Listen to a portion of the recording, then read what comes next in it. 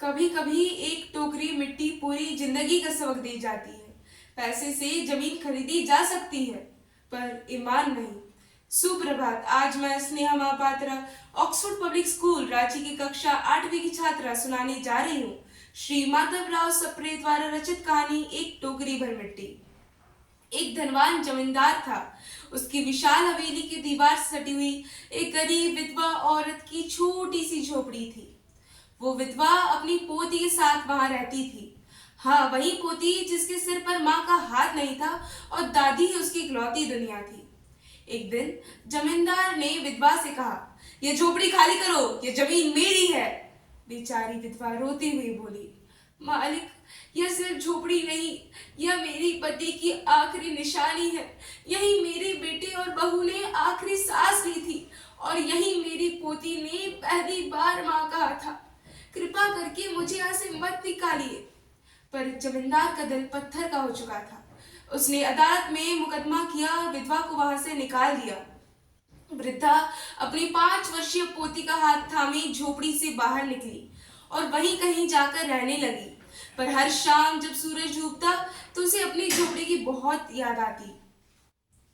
एक दिन जमींदार साहब अपने खेतों का मुआयना कर रहे थे।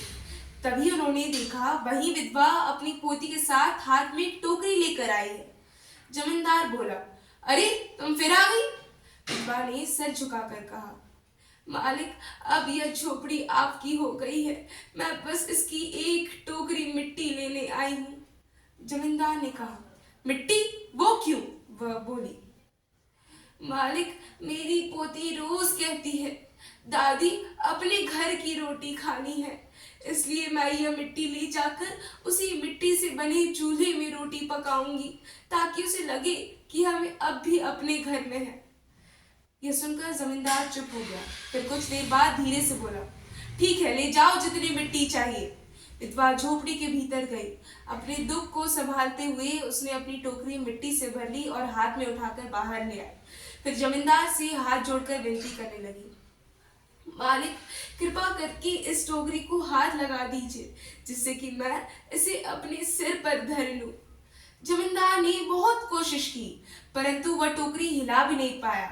यह देखकर विधवा ने कहा, मालिक, नाराज न हो, पर आपसे एक टोकरी मिट्टी नहीं उठ रही और इस झोपड़ी में तो हजारों टोकरी मिट्टी पड़ी है। आप इसका भार जन्म भर कैसे उठा पाओगे? जमींदार का दिल झकझोर गया। रात भर उसे नींद नहीं आई। उसे पश्चाताप हुआ और दूसरे दिन उसने विधवा से क्षमा मांगी और झोपड़ी वापस दे दी। धन्यवाद।